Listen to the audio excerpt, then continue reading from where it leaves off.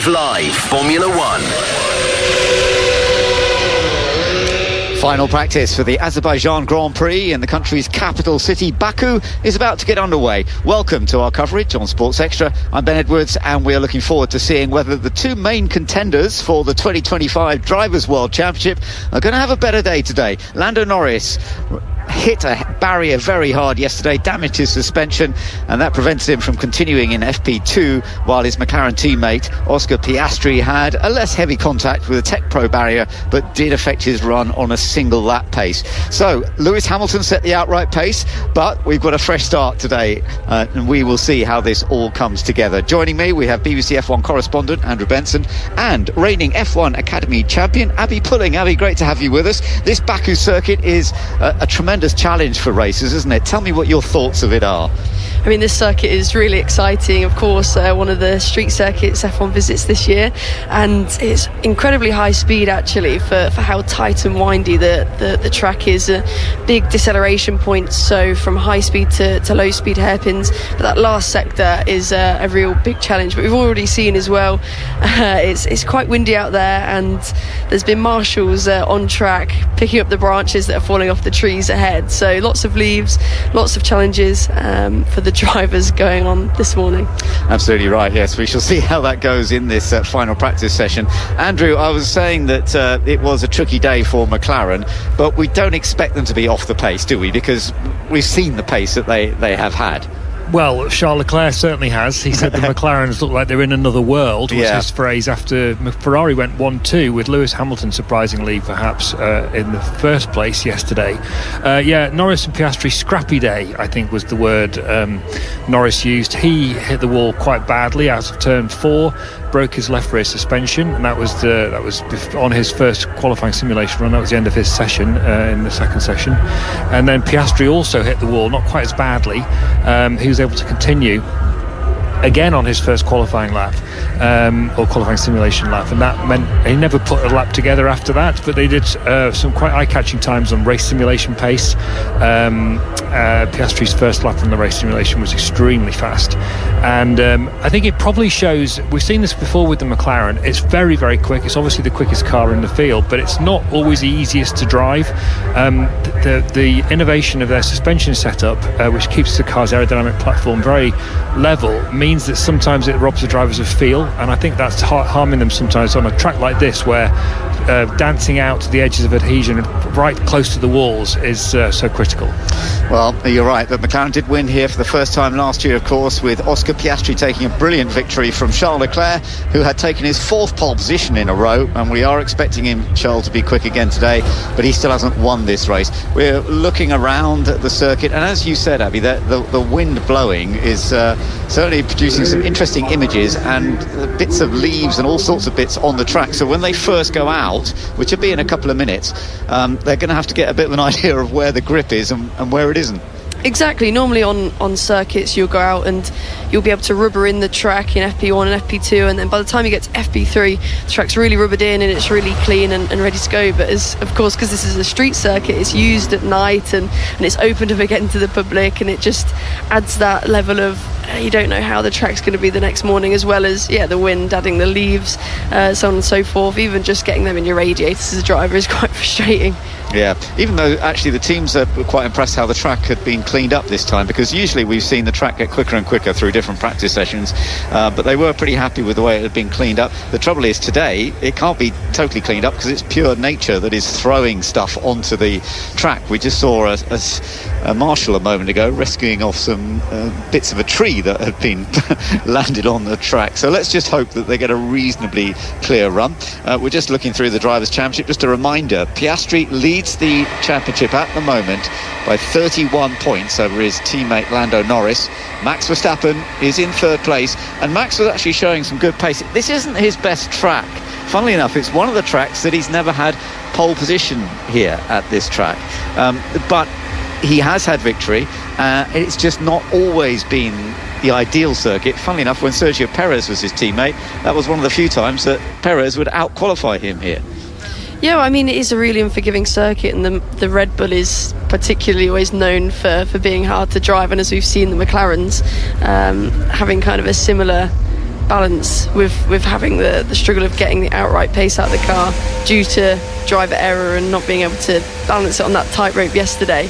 It's probably where they lose out a bit, the repeatability of that car, and Max struggling to get to grips with that. We're just here listening to the cars warming up a little bit because the track is actually open now. The session has begun, but are we going to be seeing much action out on circuit? It looks like everybody is waiting at the moment. If you're tuning in with us at the moment, there are 59 minutes and 30 seconds to go, 29, 28, 27 on this particular session, and we shall see. But nobody's rushing out onto the track, interestingly. Let me just quickly run you through that top 10 yesterday. So in FP1, it was Lando Norris from Oscar Piastri who were first and second, with Leclerc third, then Russell fourth and Albon fifth. In the second session, it was Hamilton who set the pace. Leclerc was second. The two Ferraris were separated by just 0.074 of a second. George Russell was third, so we've seen George get podiums here in the past. He was third. His teammate Kimi Antonelli did a decent job in that second practice. He was fourth. And one of the ones who did do well, I'll just come back in a moment, Ollie Behrman, he was fifth. Verstappen was sixth, Lawson seventh, Ocon was eighth, Albon was ninth, and 10th was Lando Norris. But yeah, I just wanted to mention Ollie Behrman because he did that great job of being fifth fastest, and you've noticed that he's done well here in Formula 2 in the past too, haven't you? Yeah, watching back in 2023, he actually tapped the wall, which is not always great in qualifying. In Formula 2 this is, before he made the jump up into Formula 1, and then tapped the wall. His steering was out, so on the onboard you can see his wheel almost at a 45-degree angle when he's driving in a straight line, and he managed to put it on pole with that car and absolutely dominate the rest of the weekend, winning the sprint and feature race in Formula 2. So Ollie Behrman, I think, heaps of confidence going to this weekend, and we saw it yesterday in FP2 with his really great lap in the Haas car to be P5. We will keep an eye on that. Andrew, one of the aspects that we are focusing on a little bit is the tyre choice this weekend, because they've got this C6 softest tyre that we have seen a few times so far this year at some of the circuits. The idea in theory is that it would be the one for qualifying, but we have seen, for example, George Russell sometimes then go for the medium tyre and actually qualify better, and a lot of teams were saving their medium tyres yesterday, weren't they, because they're not sure that the soft tyre is going to be the best one for qualifying. Yeah, so Pirelli have introduced this new idea this year, which is a sort of super soft compound or a hyper soft compound, depending on how you want to call it, from the sort of old style of naming the tyres. The idea was that it would stop races being one stop so much, but it's kind of worked the other way, because it means that the teams just want to focus on the medium and the hard tyres, which are what would have been the two softest compounds last year, but obviously there's this even softer one now. And the problem with it is that there's a twofold problem with it. One, it's hard for the drivers to keep it in for one lap, so you have to be either careful in the first part of the lap so it doesn't overheat the final part of the lap, or if you go hard in the first part of the lap, then you're going to be losing grip in the final part of the lap. That's one issue. The other issue is because the compound's so soft, it moves around more, which harms predictability and confidence is really important on a street circuit like Baku. So the teams and drivers have been kind of using the softs yesterday so that they can use the mediums more today, and the reason for that is that the tyre allocation between the three compounds is set by the FIA and Pirelli, so you have 8 sets of soft, 3 sets of medium and 2 sets of hard for the weekend. So if you want to save your mediums and potentially use some mediums in qualifying, as for example Aston Martin did in Imola when the C6 was first used, and I think Fernando Alonso qualified 5th there if I remember correctly, but certainly it was their best qualifying performance of the year up to then. They saw early that the medium was going to be a better tyre over a qualifying lap at Imola.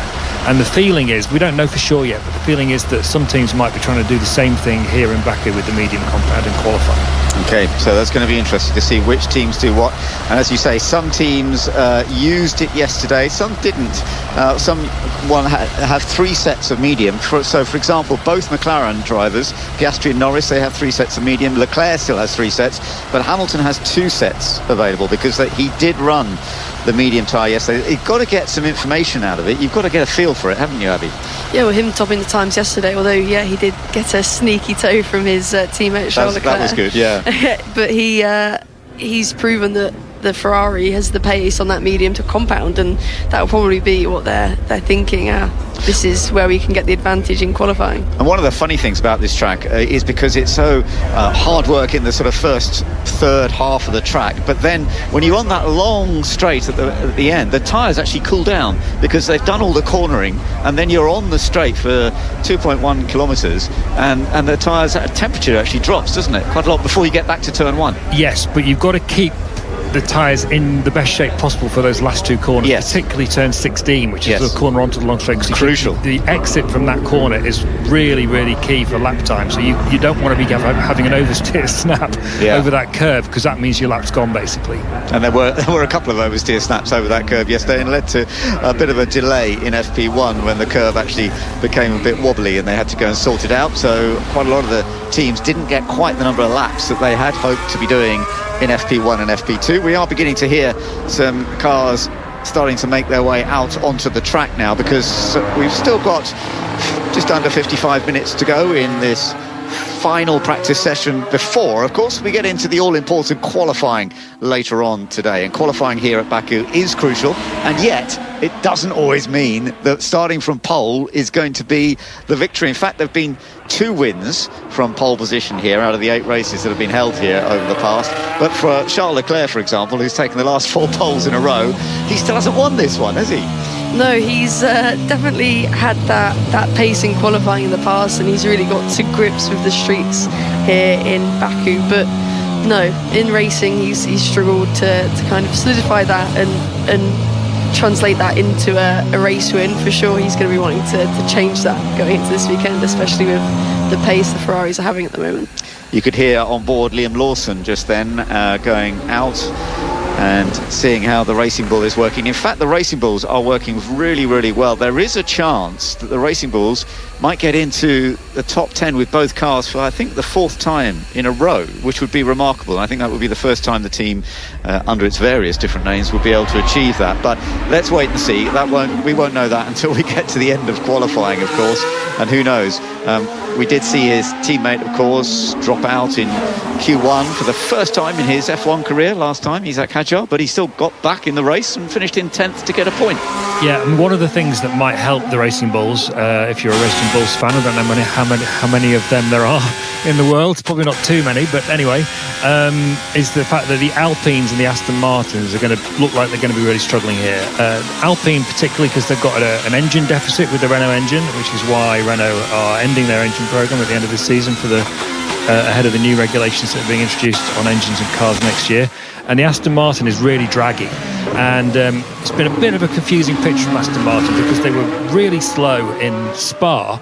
Right, Alonso and Stroll qualified right at the back of the grid there, and yet they were his Hajar's radio talking of Racing Bulls. The wind is pushing me a lot to the right on the straight. So side wind on the straight by the sounds of it for Isaac Hajar's experience. But Aston Martin, you would expect then to be slow in Monza, which Stroll was, but Alonso was really impressive and managed to get it. I think he was 8th on the grid and was on course for 6th or 7th in the race until he had that suspension failure. And yet yesterday the Aston Martins, the next race after Monza, similar sort of track.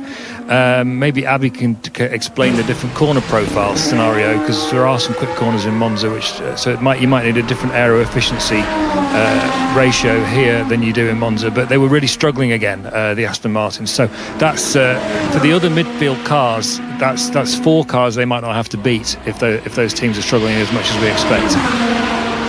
Interesting, yeah, it's a very, very good point. We're just having a look at the wind direction as well, by the way. It's actually against the cars heading down the main straight towards turn 1, so presumably it's 25 kilometres an hour. It will slightly reduce the end of straight speed, but it is more the movement you can hear because this track goes up and down, and there are huge buildings around that defend the wind in some places, and other places you will just get a sudden heavy blast. I think that is going to be a bit of a challenge. That's sort of what we heard, isn't it? Yeah, and if I'm getting this right, then a headwind means that the slipstream, which people are talking about being about a quarter of a second if you get it right, could be even more powerful.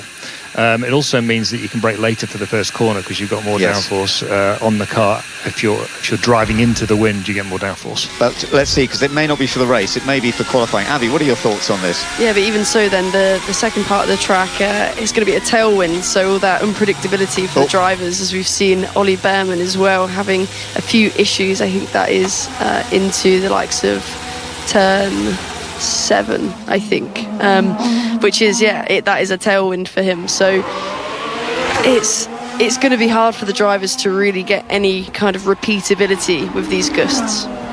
Yeah, Ollie Behrman, let's see how he gets on in recent times. He's been a bit up and down in terms of qualifying, but as we said, he did a very, very good job yesterday, and as you mentioned, he did a brilliant job here in Formula 2 a couple of years ago. So he feels confident, but he has gone down the escape roads a couple of times. And when we get into qualifying later, and we'll have full live coverage, of course, it will be, it's not just about your performance and your pace here at Baku. Some drivers feel very comfortable here. Charles Leclerc, Behrman is one of those, definitely. But it's about getting a clear run, particularly in Q1, when you've got all 20 cars out on the circuit.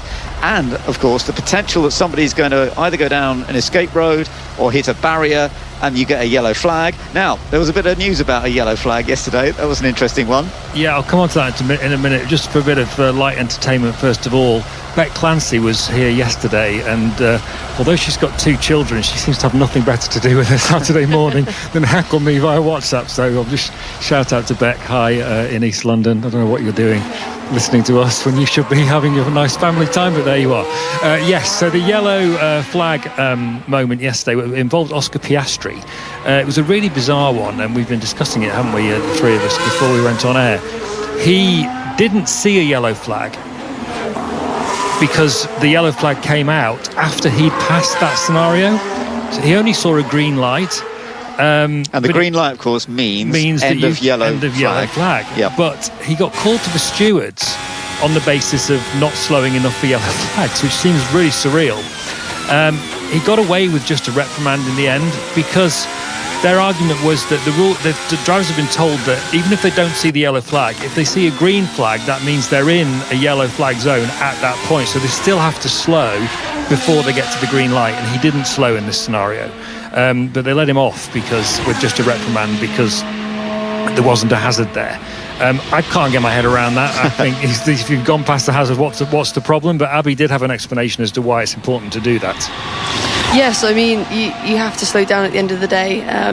If there is a hazard, the argument would be, I've passed the incident and there was no risk, but it's always important to slow down again, just in case there is another crash later on in that sector, or that zone where the yellow flag is. But yeah, I mean, for Oscar, the green flag came out literally as he was 5 feet ahead of it, so definitely knew that there wasn't a second incident within that zone, and it was at the speeds that these Formula 1 cars travel, a very short amount of time he had really to react to that. Because it was at the end of the straight where they're doing well over 200 miles an hour. Listen to Behrman's radio. Yeah, it's challenging with this wind. Yeah, so we are hearing more from the drivers that the wind really is causing a bit of issue at the moment. Abby, I mean, you, as champion of F1 Academy, you've raced on many F1 circuits. So the sort of rules, the FIA rules that you have to cope with F1 Academy are very similar, aren't they, to the F1 rules? Yes, exactly. We have to make sure we go over everything. I mean, I remember there was one year at Brazil, it might have even been last year, where the start procedure had been cancelled and they had to redo it, and everyone went when the lights were yellow, and we had that back in Singapore actually. So, and I'd made sure I'd read the rules, so I knew not to go, and I've won up on the F1 drivers there because I didn't make the same mistake they did. Yeah, I can understand that. Well, you did a great job in F1 Academy, of course. You still have the most wins in that series, 9 victories. You took the title last year, and F1 Academy continuing this year. I know you've been doing a bit of teaching as well for some of the drivers, so that's a fun thing to look at. And you've also been racing in the British GB3. Just a quick mention, one of your competitors, William McIntyre, we all feel for him. He's going through a tough stage, diagnosed with brain and lung cancer. He's had to come out of GB3, but yeah, lots of thoughts for him. Yeah, I mean, Will is such a nice guy on and off the track. He's really been great to race in wheel to wheel all year, and yeah, sad to hear that he won't be continuing. But we're all behind him. We all really hope that he can recover, and we all want to see him back behind the wheel of a race car again for sure. I know that he wants to be. But yeah, his health is the priority at the moment. Absolutely. Let's just focus on what's going on. We've got 3/4 of an hour to go in FP3, and the only time that has been set so far is by Ollie Bearman. We're about to see a bit more going on now because Lando Norris is out on circuit.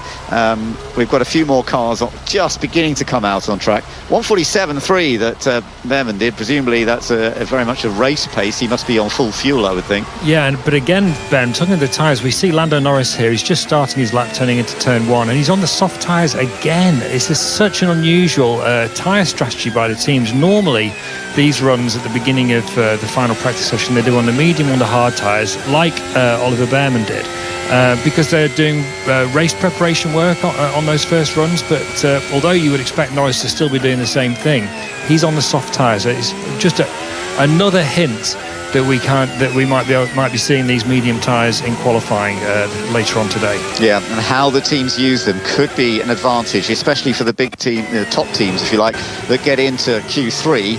Have they got the correct tyre for both runs? That would be difficult because you get 2 runs, of course, in final part of qualifying. And being on board with Norris at the moment as well on that soft compound, you can really hear the traction. He's really struggling every time he goes for the throttle here around the circuit. He's having the RPMs rise and a bit of wheel spin, and not really getting to grips with that, and didn't look like he's really enjoying it too much, to be honest. Well, he set a good first pace, but as you say, I think that the track grip level may be a bit of a struggle with all this wind as well that is blowing around. We're still riding on board. It's looking controlled. He's not scraping the barriers quite as well as much as he did yesterday. Overdid it a bit yesterday. To just touch the barriers is okay, and we saw that quite a lot. But yesterday he hit one of the barriers too hard and did the damage to the suspension. Now coming on to the main straight, there's a couple of curves, but it's absolutely flat out, isn't it? Yeah, that run from turn 16 then back to T1 is absolutely immense. Like winding your way through turn 18 and 19 and then going down the straight. It almost feels like a lifetime, to be honest. His speed down at the end of the straight was not nearly as impressive as normal, though, and I think that must be the wind going against him there, because it was only just over 200 miles an hour, according to the figures that came up on our screen, whereas they were doing 210 to 215 miles an hour heading down that way yesterday. So whether that is the wind, whether it's just because they're running it on full race pace at the moment and engine down a little bit, because the power units sometimes run a little bit lower in practice and make sure it's then fully charged up for qualifying. But looking at Oscar Piastri now, the winner here last year, who made an amazing move on Charles Leclerc. Fastest time though, Ollie Bearman still, Lando Norris on the soft tyre, still a fraction slower. Yeah, I think that just goes to show really how much they're struggling on this soft compound. To really get a time out of it, Ollie, that we thought was doing a race run, is actually still faster than the McLarens, although now Oscar Piastri setting a purple sector 1 by 7 tenths almost to his to actually Ollie Bearman. So just goes to show that maybe Lando had made a few mistakes in that lap. He must have done to be that much slower, mustn't he? Yeah. Oscar Piastri, of course, the series leader, and the man who won this race last year with that move that we said on Charles Leclerc. Absolutely superbly done. And he then held off Charles Leclerc for much of the rest of the race. Overtaking here is possible, but it's tough. There are 2 DRS zones. So the main one is the DRS zone down that long straight. And it was using that and going into turn 1, down the inside on a late move, that he kind of surprised Charles Leclerc, got down the inside and went on to lead for the rest of the race and take the victory. But it's not easy to overtake, and part of it is often late in the race when it depends on how your tyres are still working, because if you've got the grip and you've got the sustainability of them, then you can sometimes make a move late when everyone else is struggling. This is going to be a good lap here, Abby. Let's have a look. Yeah, he goes quickest. Yeah, no, definitely solidifying himself up in the top step there, but only 4 drivers really to have set a time as of yet. But going on board with him on the final sector there. Turn 16, Ollie Behrman earlier in the run had a really, really massive moment of understeer, and Oscar Piastri had the same thing. I think that might be the tailwind, the kind of crosswind going onto that main straight is hampering them a little bit. There's a lot of understeer. And Lando, thoughts on front wing? I mean, it's just sketchy everywhere for the time being. I don't know, it's just every corner feels worse, I would say. Now that's interesting hearing from Lando Norris. Every corner's feeling worse. They were asking about the front wing, but is that the wind or is that a change in setup? I'm not 100% sure either way. That radio was not confidence filling at all. He just sounds lost, absolutely lost. Obviously a second adrift from his teammate, and yeah, it could be a wind thing. When it's so gusty, every corner, every lap, it changes. It's never the same. It's always a different track you're going around. So it's pretty frustrating from him. You could hear it on the radio there. Let's just see what Lewis Hamilton can do. He's doing some personal best. Whether it's going to be quick enough, no, it's a second down on what has been done by Piastri so far. Teammate Charles Leclerc's going well, but Behrman's has gone fastest again. Ollie Behrman with the Haas has done a 1:44.45. You're listening to Leclerc. He goes second, 0.2 slower. So everybody on a soft tyre is currently slower than Ollie Behrman on a hard tyre. This is a bit weird. Normally the difference between a soft tyre and a hard tyre is a big difference. The soft is usually quicker on a lap, but right now Ollie Behrman's doing it all on the hard tyre. I mean, as we said earlier, Ollie has a lot of confidence around here, but to be able to do that on a hard tyre compared to everyone else on the soft is very impressive. I think that, again, just goes to show how the soft tyre isn't performing how all the teams want it to be, and that actually going to a medium or a hard, they're actually eking out a little bit more performance. Yeah, it's going to be very interesting to see how this works out later on in qualifying. Oh, Tsunoda's done a good lap. He's just on the soft tyre, but he's just gone second fastest. That's actually impressive. Now, we haven't really seen Verstappen do anything yet. He's still in the pits, and we also haven't seen George Russell, who is rapid here. So this is still early days. We've got under 40 minutes to go in FP2. And we're on board with Alex Albon listening in right now on the Williams. The Williams has been working well. Sainz has just gone 6th, so they're almost together on track. Yes, Albon again, very impressive on the softs. He's just gone 3rd.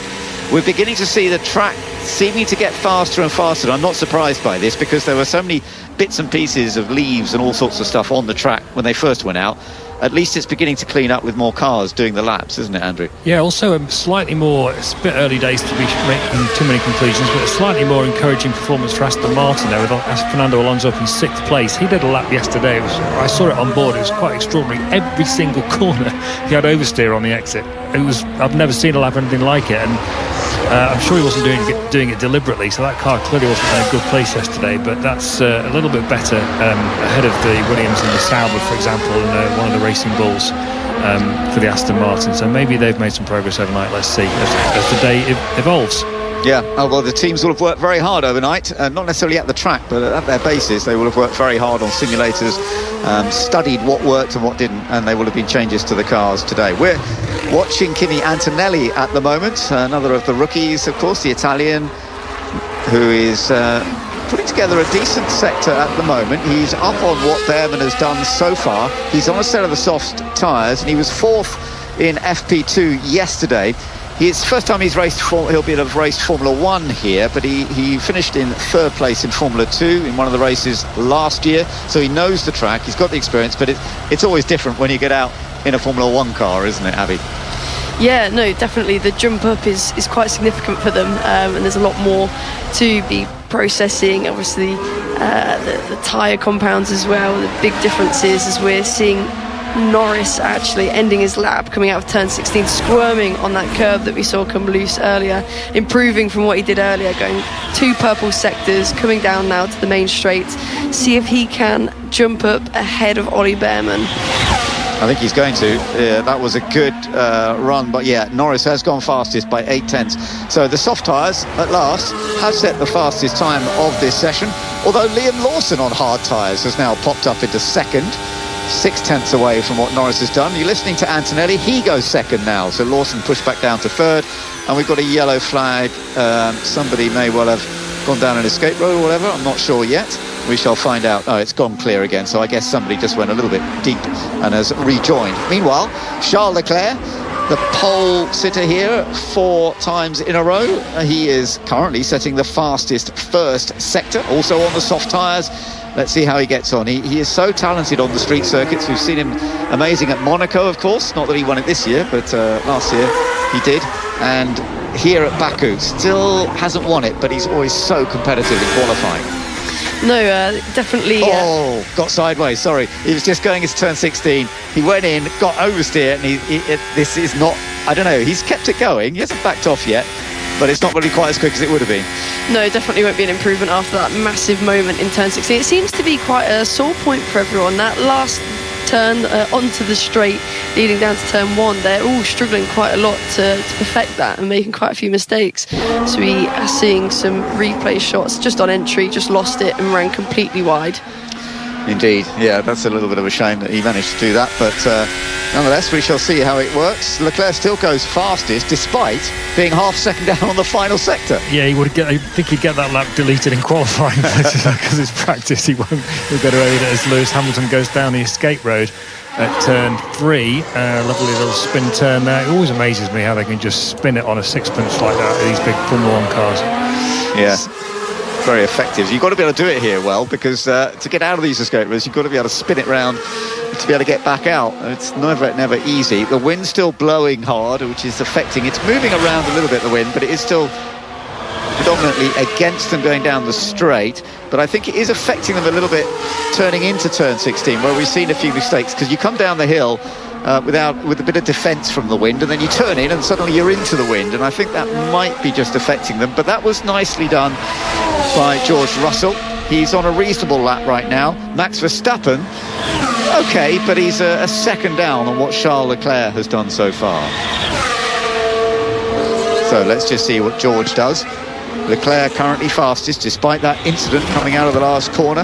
A 1:43.0 is really bringing the times down. Russell only going 12th fastest at this stage.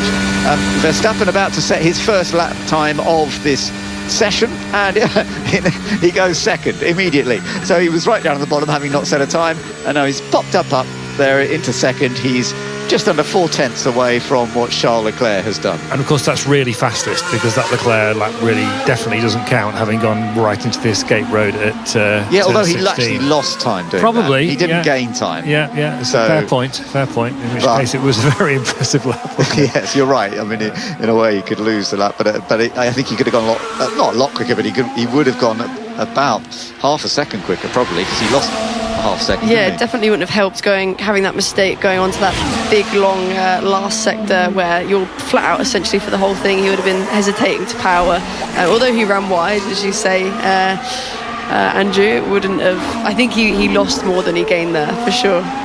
Let's just run you through the order. Hamilton we're watching at the moment. Let's just see, he may well improve, because he's way down in 18th position and he's putting in some personal bests on the soft tyre. Let's just see where he goes to. As we're getting towards the halfway point of FP3, let's run down the list. Let's see, Hamilton, he's, as I say, down in 18th place. Oh, he goes quickest, right. Okay, so Hamilton fastest, Leclerc second, Ferrari 1-2 again at the moment, but we're going to see more changes coming up. Verstappen third, Alex Albon is fourth, then it's Lando Norris in fifth, Yuki Tsunoda sixth, Kimi Antonelli seventh, and then Nico Hülkenberg, well, he's just been pushed down to 9th because Liam Lawson's moved up to 7th, so Antonelli pushed down to 8th, Hülkenberg 9th, and Ollie Behrman, who was leading at one stage, he's now down in 10th place. Alonso is 11th. We've just seen Gabriel Bortoleto go down one of the escape roads. He saw that a couple of times yesterday. He hasn't set a pace really yet, but we shall see. But he didn't do any damage. He can get the car going again. Oscar Piastri is still quite a long way down. He's in 12th. Carlos Sainz currently 13th. And then we've got Isaac Hadjar in 14th place. We're just having a look at a replay of Oscar Piastri. Listen to radio. Hey, what is this? Really? I think he may have started continuous lap, but if so, this is his first. Okay, Piastri feeling he's getting blocked by another car there. So it is Esteban Ocon who's up ahead of him. So he's getting a bit frustrated, but whether that's anything going to come from that. So I mentioned Hadjar, he's in 14th place. We're just seeing him improve. Behind Hadjar, Russell 15th, Gasly 16th, Stroll in 17th, Colapinto's 18th, Ocon is down in 19th place. Maybe he's just working on race pace at the moment. And Bortoletto down in 20th. But Hadjar, that's a good jump up. He's at Hadjar. He's gone up into 4th. Yeah, especially on the harder compound as well. So another driver opting for that hard compound with his teammate Liam Lawson, both 4 attempts and 7 attempts adrift between each of them. Showing the Racing Bulls can get in the top 10. As we said, they've been very consistent this year, and we'll see later on in qualifying if they can keep that consistency up. As we go on board with Oscar Piastri, actually 2 green sectors now leading down to turn 1 on the main straight, seeing if he can improve, but he's got a very good toe as well, so I imagine he'll be able to improve. Yeah, you're right, the toe has helped because it's taken him back up to the sort of figures we were seeing yesterday, 210 miles an hour before he backed off there. So that was an impressive run. And so Piastri fastest on 42.7 now, Hamilton second, Leclerc in third, and we're just riding on board with Charles Leclerc. You're listening to the Ferrari Power, and we're just seeing a little bit of analysis of turn 16, that crucial corner that comes out onto the straight, and Hamilton's been doing a good job through there so far, but I imagine Leclerc may well start to get it all back together again as we're riding on board with him. Yeah, I always really like seeing the stuff of the onboards of the street surface, because you get a real big sense for how bumpy it is and how tight it is and how they've got to really thread the needle through, especially here the middle sector as we're going on board with Pierre Gasly getting a little bit of traffic. Or Gasly radio? I hit water inside 6. My thumb. Oh, he's damaged his thumb, Pierre Gasly, by clipping that curb on the inside. Carlos Sainz almost touching the curb on the outside of turn 15, a separate one. So we're looking at a few of these little incidents that have been taking place. And Gabriel Bortoletto with his lock-up, that was another one actually, wasn't it? That was a separate one. So Bortoletto, maybe he's not very happy with the way the braking's working at the moment. I think he's been in every escape road around this track, hasn't he, over the course of the weekend so far, Gabriel Bortoletto. By the way, interesting stat that Gabriel Bortoletto has out-qualified Nico Hülkenberg every single race since Canada. Just goes to show what an impressive rookie season he's having. Yeah, it's coming together well for Gabriel Bortoletto. We shall see how that all goes for the remainder of the season, of course. Ollie Behrman putting together a decent lap and picking up a little bit of a toe, and it moves him up a bit, but it's not as far up as he was earlier. He's on the hard compound tyre. He's gone 12th fastest. Oh, Hamilton, another big oversteer correction, and actually he's backed off. The wind direction keeps changing, funnily enough. We're getting images on our screen of sometimes it does change, and now I'm really surprised at how much it shifts around the wind. It's a heavy wind or strong wind, but it is shifting around quite a lot, so that makes it even more difficult. Well, this is the other windy city, isn't it? It is Chicago. The windy city, and very similar, I suppose, in characteristic, in that there's a massive lake next to it, Lake Michigan in the case of Chicago, and the Caspian Sea in the case of Baku. So no wonder it gets a bit windy here. It's actually below sea level, I think, if I'm right. It is, you're right, because the Caspian Sea is the largest enclosed inland body of water in the world, and below sea level, which is amazing. So the city sits some 28 metres below sea level, and it is the lowest version of anywhere in the world. Just looking at some more of the moments here, Abby, it's so close, isn't it, to the barriers that we're watching. Couldn't fit a piece of paper between there, I don't think. Everyone seems to have been a bit more sensible today, though. I think everyone knows that qualifying's on the horizon, and adding a little bit more distance to the barriers on exit. Oh, Pierre Gasly had to go down the escape road at turn 1. I haven't seen too many people do that yet. I've often seen this in the past at Baku, people getting that run into turn 1 a little bit wrong. It happened to Lewis Hamilton at a key race here back in 2021 on a restart. He went down the escape road and lost a potential win, and of course he then ended up losing the championship. It was a crucial moment for Lewis that year. It certainly was, because what happened was that Max Verstappen, his title rival, had crashed out with a puncture. That's what led to the restart that he was on pole for, and then he left what they called a brake magic button, switched on for the restart, and that gives the bias all the way to the front brakes, is it? I think? He locked up all the front. Yeah, because it was a tool that they used to warm the tyres up on the formation laps, and he forgot to turn it off, which is a big mistake because it then put him from first to last, basically. And he would have won the championship if he hadn't done that. I know, yeah, those points that he missed out there were so crucial, weren't they? Yeah, it definitely wasn't very much of a magic start. That's for sure. So we're watching Alex Albon at the moment, who's made 82 starts for Williams over the years, and getting up near the top, actually, for the like of Nigel Mansell, who's done the most starts for Williams in the history of Formula One. Charles Leclerc is currently fastest on the 142.3. Piastri second, Sainz up there in third. So let's see if Alex Albon, who is currently seventh in the other Williams. I'm so impressed with the way the Williams works around here at Baku. They were both in the points last year, and it looks to me as though they might have a chance this time. It's perfect for them. They don't like long corners. Transition between throttle and brake, and lots of turning.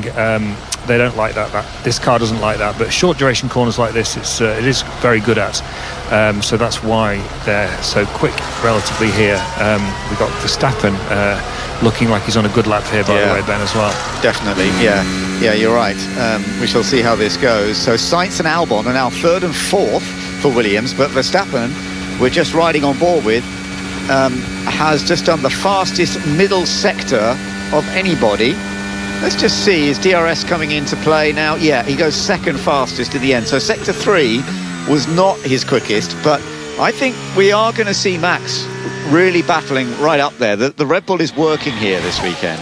I always say you can never write Max Verstappen out. He's always a character that he'll put in a lap when it counts, for sure, and he'll claw that Red Bull up the order no matter what. I would say at the moment it's looking like quite an interesting battle for pole between the two Ferraris, particularly Leclerc, obviously Verstappen, and the two McLarens. It's boding quite well for an exciting qualifying session so far. Let's see what happens. We've got the quali simulation runs coming up probably in about 10 minutes time. After they finish these initial runs, that will give us even more of an indication of how things might play out. Yeah, absolutely, because they will then all be going down to limited amount of fuel, as they will use in qualifying, run the cars as light as possible, put some fresh tyres on. But let's see what tyres they do decide. They may still be holding on to those medium compound tyres. We're riding at the moment with Esteban Ocon. That's what you're listening to, the Haas driver, who is seeing if he can put together a better lap, and he is putting a better lap together. I think he was doing quite a lot of sort of race pace earlier. He's down in 17th at the moment. He's putting in some personal performances. At the moment, it looks as though he could be in the top 10. This is George Russell's. All over the place with this wind. Yeah. We're getting confirmation, aren't we, Abby, that wind is really upsetting pretty much everybody out there. Yeah, every single driver, I think, has come on the radio saying about the wind so far this session. But as we're riding on board with Esteban, he's been a second and a half off of his teammates so far. And he manages to improve his time, but only to 4/10 off of Ollie Behrman, 9/10 to P1. So not able to get over his rookie teammate just yet. Not yet, but they're both in the top 10, which is impressive. So let's see how this does go.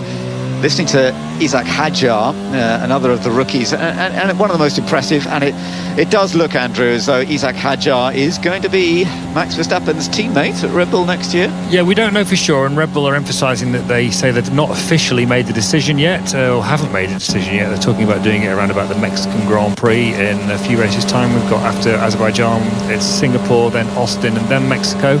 So if Yuki Tsunoda's got any chance of saving his job, which I'm not sure he really has, then he's not really got very much time to do it in. I have to say, actually, so it does look like Hadjar's going to get that drive, and I think it's been looking like that for quite some time, actually. I had a feeling it was going to happen much earlier in the season than now. Sort of June, it was pretty clear they were going to promote him, because Helmut Marko had a twinkle in his eye about Isaac Hadjar, I should say, quite early on in the season, after his the probably misguided remarks he made about the way Hadjar dropped it on the formation lap in Melbourne in the wet. After that, Hadjar's been very impressive, and Marko noticed it. So I felt that he was going to get promoted. There's been a bit of misinformation going around about Yuki Tsunoda, actually. The theory at the moment is that Tsunoda himself is saying that his qualifying is pretty good now, pretty decent, he thinks, but it's the race pace where he's been lacking to Verstappen particularly. Well, it's true, he has been lacking in race pace compared to Verstappen, but his quali is nothing special. He's still half a second on average slower than Verstappen, and that's just not good enough. So I don't know where he's getting this idea that that's acceptable, because frankly it's not, and that's why it's one of the many reasons why I don't think he's going to keep his drive. Yeah, he's never out-qualified Max, and I know teammates to Max don't often out-qualify him, although as I mentioned earlier today, Perez did out-qualify Verstappen occasionally here at Baku. But yeah, Tsunoda really he's got a key part of his life now in Formula One, isn't it? He's got to try and impress people, because it's been a little disappointing so far this year. Yeah, but I'm really kind of mixed on this, because how many times do you really have to promote a driver from the Racing Bulls or the second team and then put them into that second seat and watch them fail? You know, Yuki, when he was in the Racing Bulls, he was very successful. He had great results, the same as Isaac Hadjar. He's been in the Racing Bull again in his rookie year, so it makes it even more impressive, and is doing a really great job. They're going to promote him, and as we see, actually Leclerc tapped the wall on the entry of turn 7.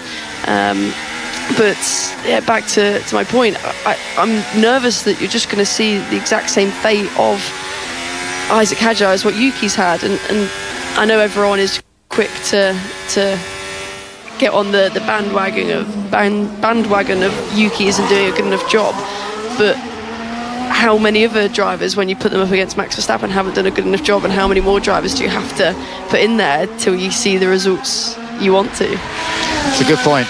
Very good point. We're seeing some interesting laps here. Listen to Leclerc's radio. Any picture? Nothing yet.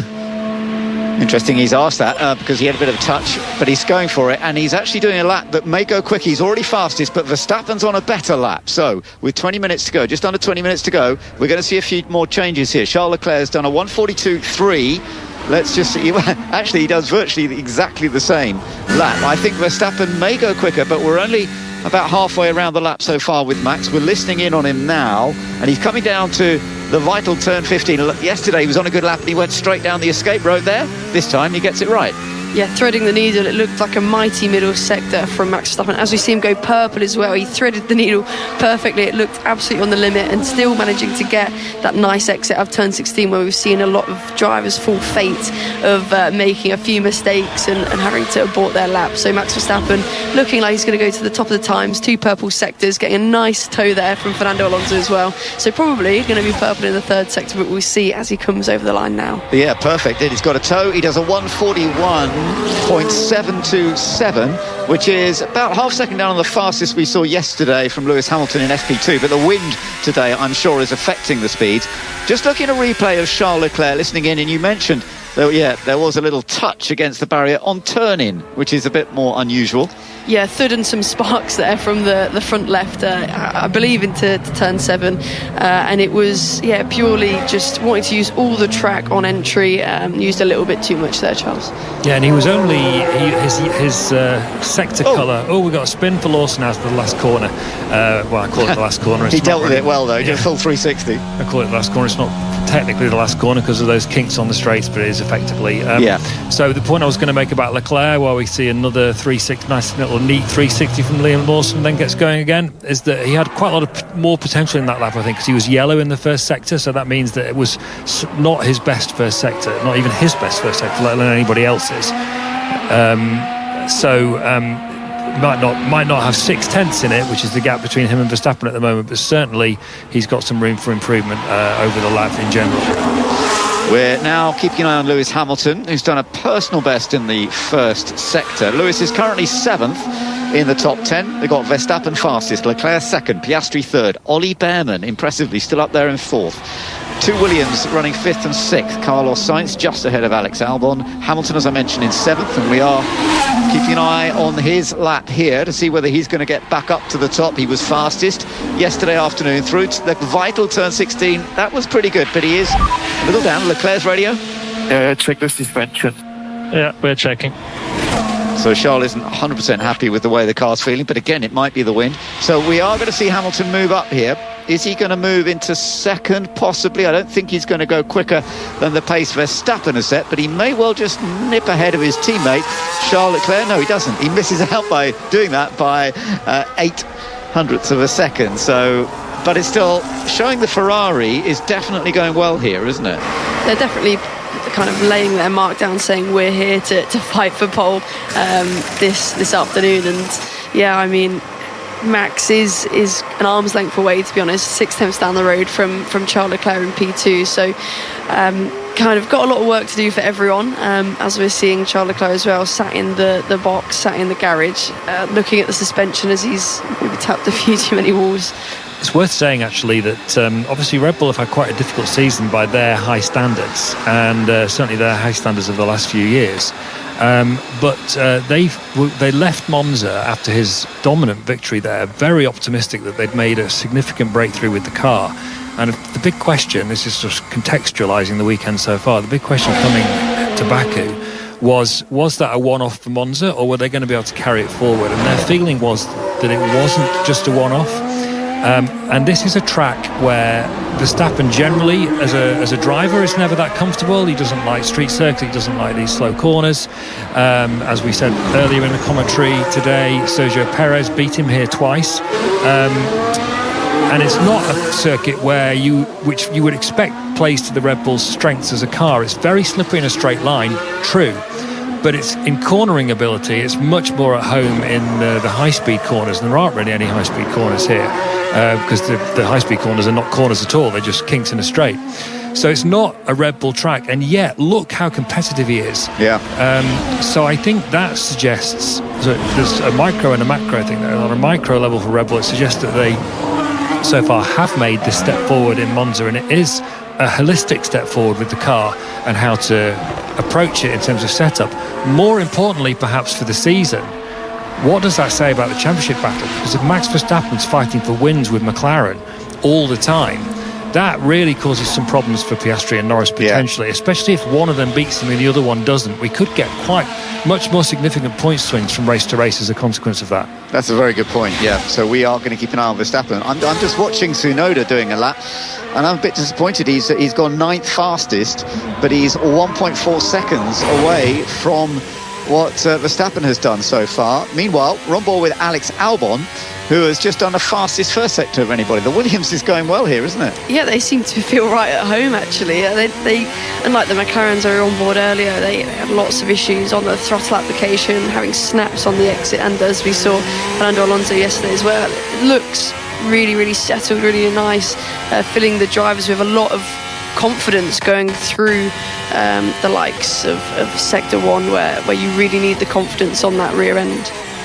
So we're staying with Alex Albon. Of course, Williams has been doing a great job because outside the top teams of McLaren, Ferrari, Mercedes and Red Bull, it is Williams that are 5th in the Constructors' Championship. Very important place to be. They're ahead of Aston Martin, they're ahead of the Racing Bulls, and he's putting together, this is actually the fastest lap by the looks of things so far.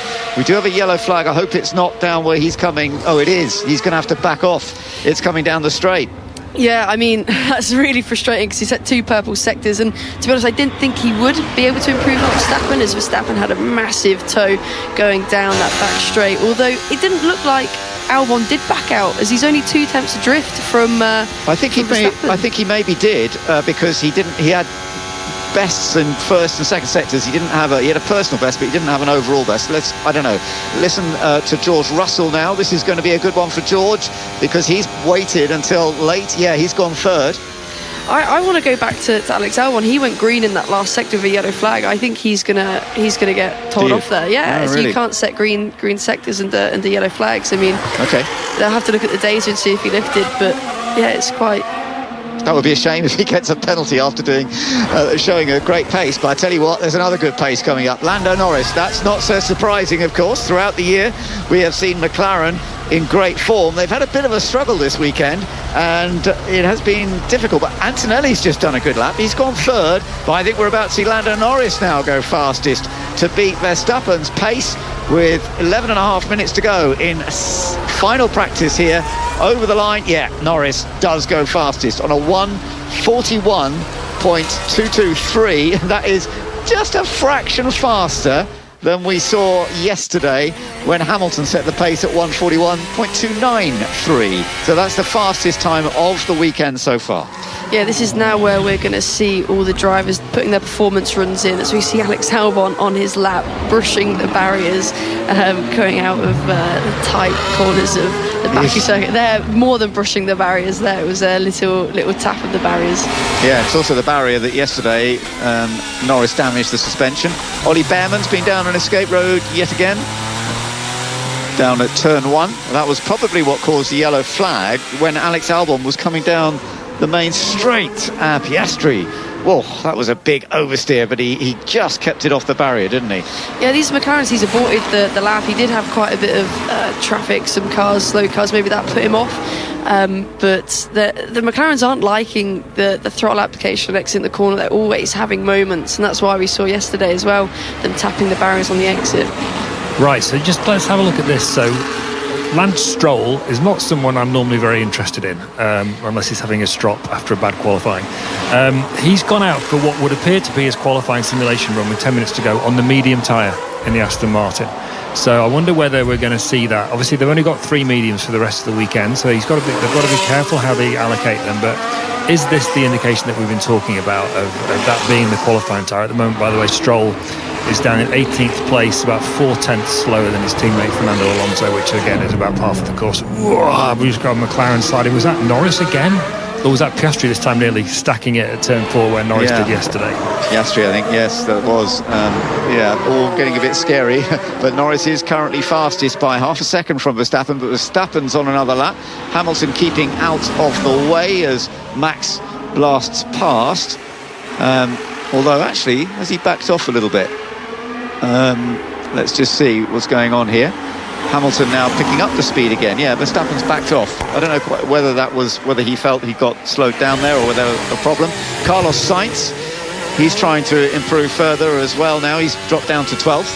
Yeah, there's a lot of moving chicanes at the moment, and lots of traffic for the drivers, putting them off. We saw Oscar, there was a moving chicane going into where he had his massive moment, and lots of slow moving cars as we're on board now with Carlos Sainz, even going down the back straight, everyone backing off, making sure they can recharge and go for another lap.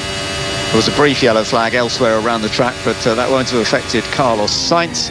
And he's done a lap that's put him 10th, but it's not perhaps quite as high as he would have liked to have been. Now let's see what Charles Leclerc does. Worth mentioning, by the way, Ben, that Kimi Antonelli's having a much better weekend. He got a bit of a sort of public telling off from Toto Wolff, the team boss, after Monza, who described his weekend as underwhelming, using that word 4 times in one answer, which didn't leave anybody under any illusions as to how he felt about it, or particularly not Antonelli himself. But here he is towards the end of P3. He's not had any incidents this weekend so far. He hasn't crashed like he had in the last 2 weekends in Netherlands, I should say, and Italy. And he's just ahead of his teammate George Russell so far with 10 minutes to go in final practice. 8 minutes to go, sorry.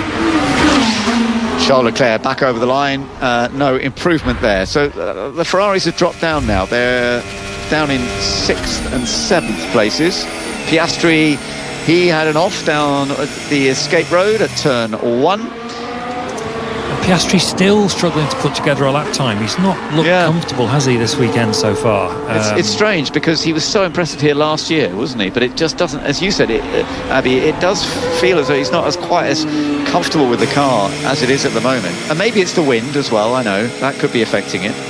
Yeah, every time he gets past the apex, the rear is just snapping out, trying to put him in them exit rules. So I wouldn't be surprised if he has a big change going forward into qualifying, and we see maybe a complete different balance from his side. Obviously, Lando getting on with the car, really great. They could be running slightly different setups on the cars. We see Alex Albon doing the reverse of shame out of an excess road there, as he's made a mistake and ran straight on.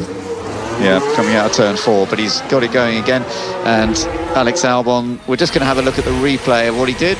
He went into the corner before turn 3, then braking into turn 4, realises he can't turn in, just goes straight on down his escape road. Listen in. I think the wind's picking up a lot. Yeah, so I think so.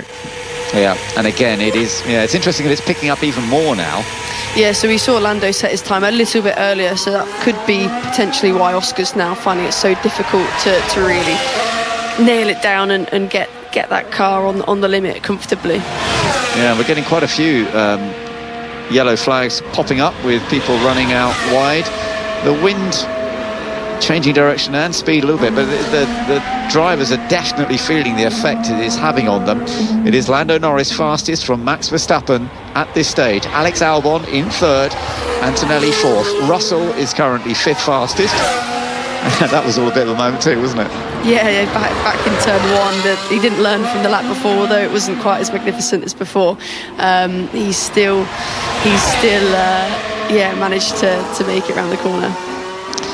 So we shall see. Lance Stroll, yeah, that's interesting. Just going out on a quick lap right now. We'll be keeping an eye on Lance Stroll down in 17th on the medium compound tyre, which everybody has held back for qualifying. That we haven't really seen anybody out much on the medium compound tyre yet, have we, Andrew? No, and what's interesting about that is that the Aston Martins have both gone out just pretty much together. Stroll ahead of Alonso. Stroll on the medium tyre, Alonso on a new set of softs, and Stroll is slightly quicker than Alonso, only 0.003, but normally it's more like 3 or 4 tenths the other way around. So maybe that's an indication that we were looking for, that the medium is really genuinely quicker than the soft. Okay, we'll keep an eye on that, but we are on board with Piastri. We're listening in, but we're also keeping an eye on Verstappen because Max has set the fastest first sector of anybody. Yeah, no, Max looking to take the top spot back off of Lando Norris. On board with Piastri, you could see on his delta that he was gaining time to himself as well.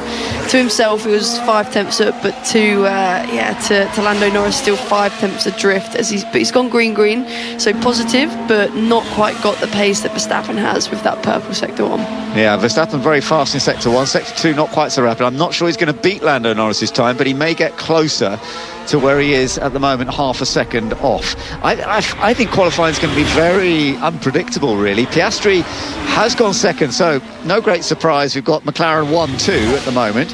Let's just see if Verstappen gets in between them again. I think he may. Yes, he does, as we often see Verstappen mixing in between the two McLarens. Yeah, but the two McLarens, we've seen them so equally matched in the past, though, and this with a 3 tenths deficit for Oscar, he's going to be really frustrated with that. You know, he's fighting for a world championship, as we see on board Max Verstappen flirting with the walls of Baku here.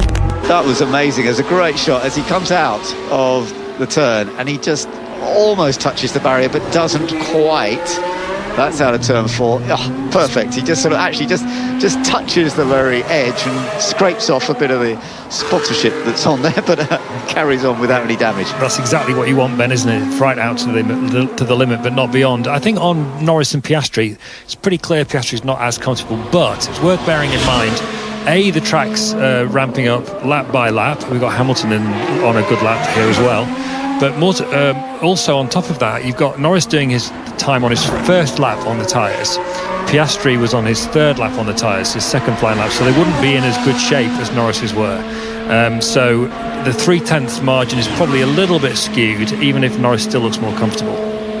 Okay, well, that's interesting to know. Let's keep an eye on Hamilton's pace. As you say, having set that first sector well, but actually the second sector not quite so good, and that means he's about 2.5 tenths away from Norris's outright pace that has been set in this third and final free practice session. You're listening to Hamilton's power unit right now as we're about to see him go over the line, and let's see where this puts him. It moves him up from 10th position and it brings him into third, so he's 0.276 off what Lando Norris has done. But that's rather fun. We've now got 3 manufacturers in the top 3 places.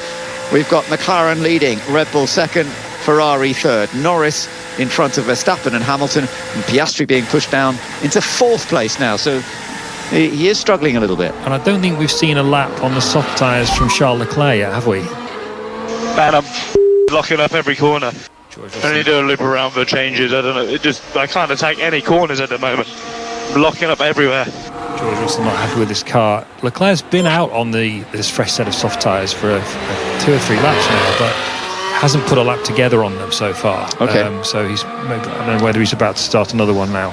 Interesting, Antonelli's actually doing seems to be dealing with this a bit better than George Russell, because Kimi Antonelli in the other Mercedes is currently 5th. And George Russell is 7th. There's not a big difference in time, there's a couple of tenths, but we could hear from George Russell on the radio that he's really struggling with the braking, isn't he? Yeah, a big frustration. We've seen a lot of the drivers go down the escape roads, and although we've not seen George go down, obviously he's not feeling that potential on the front axle that he can really attack the braking zones. And around here, that is all you want. All you want is confidence on the brakes. So frustrating for him, as we're seeing the racing balls of Liam Lawson improving as well.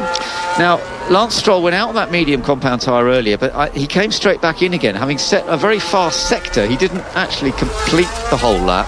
I think he's coming back out now, so we'll see what he does. Yeah, meanwhile, Fernando Alonso, who was slower than him on his first lap on the softs, has now gone quite a lot faster. He jumped up to 14th place, which is now, what is he? He's 8/10 quicker than Stroll now, Alonso. But then it is a street circuit, and he's quite handy around those usually, so it's hard to know when you're looking at Alonso and Stroll what you're actually looking at in terms of comparisons. Franco Colapinto being checked out for a yellow flag infringement, so that's something that will come up later. Interestingly, the one that Abby mentioned with Alex Albon, I don't think I've seen noted. Has that been noted yet? No, I haven't seen a notice come up. Maybe he's got away with that. Yeah, interesting.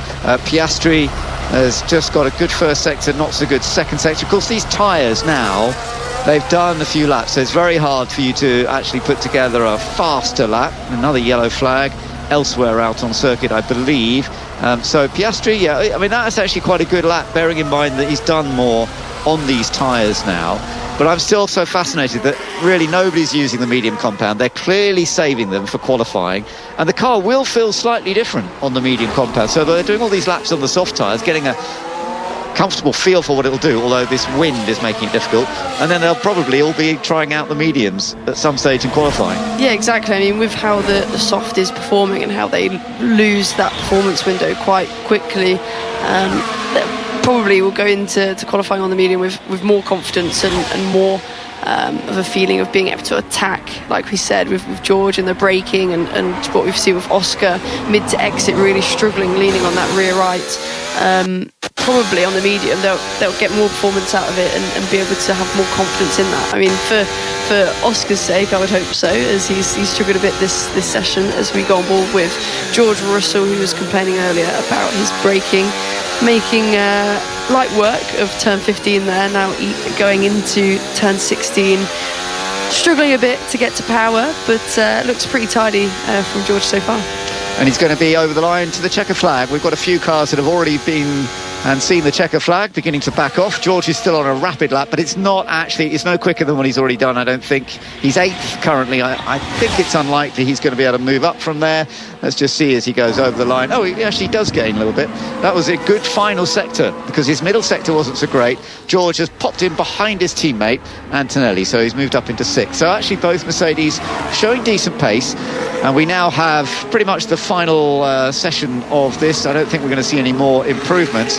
Lando Norris has set the pace for the second time in 3 practice sessions. We're listening into a replay of Esteban Ocon in the Haas. Let's see what happened to Esteban. Did he have a lock-up? Yeah, it wasn't actually a big lock-up, but he just decided to go down the escape road. No great surprise. And I think Charles Leclerc probably doing much the same into turn 3. Yes.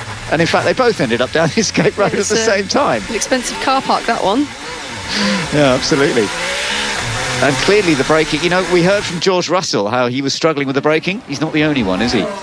No, it seems like it's been an issue for a lot of drivers. Actually, we see the rear of Charles Leclerc. He's got a lot of graining on them rear tyres, so the Ferrari not looking after the rear axle at all. So let's run through the order of this final practice session. Lando Norris has taken the pace. Listen to Hulkenberg. I need to check my seat. It's kind of a little bit crackling and jumping around in the seat mount this session. Okay, copy that. We'll have a good look after. Yeah, well, that's something they can get sorted out for qualifying. Norris fastest, Verstappen 2nd, Piastri 3rd, Lewis Hamilton who was fastest yesterday in 4th place. Kimi Antonelli impressive for Mercedes in 5th, with his teammate George Russell in 6th. Alex Albon in 7th place for Williams. Ollie Behrman up there in the top 10 again for Haas in 8th place, and Liam Lawson in 9th. 10th place for Charles Leclerc, the great pole sitter here in the past. So he hasn't managed to put together the lap in this session, but we may see him do so later. Isaac Hadjar 11th. Nico Hulkenberg, who we heard from then, is 12th. Carlos Sainz 13th. Fernando Alonso with the Aston Martin 14th. Franco Colapinto, there is going to be a check into a yellow flag period with him, 15th fastest. Yuki Tsunoda down in 16th place. Esteban Ocon 17th ahead of Gabriel Bortoleto. Pierre Gasly in 19th, and last of all Lance Stroll in 20th. Abby, what are your thoughts from this? Do we, when we go into qualifying, it could be a very different story again, couldn't it? But Lando Norris is looking confident here at the moment. Yeah, I mean, you can never write McLaren out. McLaren have been the ones to beat this year, but it is anyone's game. Ferrari are looking strong, Verstappen in the Red Bull are looking strong, Hamilton actually showing some really good performances this weekend as well. Obviously Azerbaijan is a good track for him, so gosh, if I was a betting woman, I don't know who I'd put my money on, to be honest. I agree with that. Well, I do hope you can all join us. We will be live on Sports Extra from 12:55 for the full qualifying session. I do hope you can join us then. This is an IMG production for Radio 5 Live.